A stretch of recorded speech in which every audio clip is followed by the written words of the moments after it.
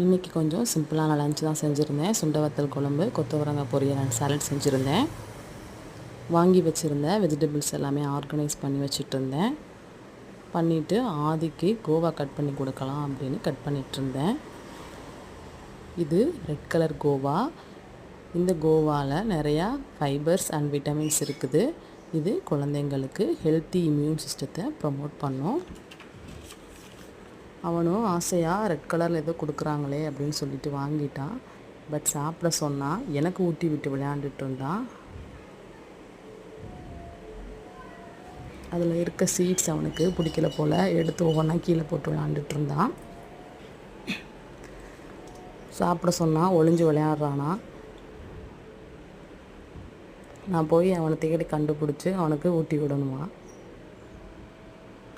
உங்கள் பேபிஸும் இப்படி தான் பண்ணுறாங்களான்னு கமெண்ட்ஸில்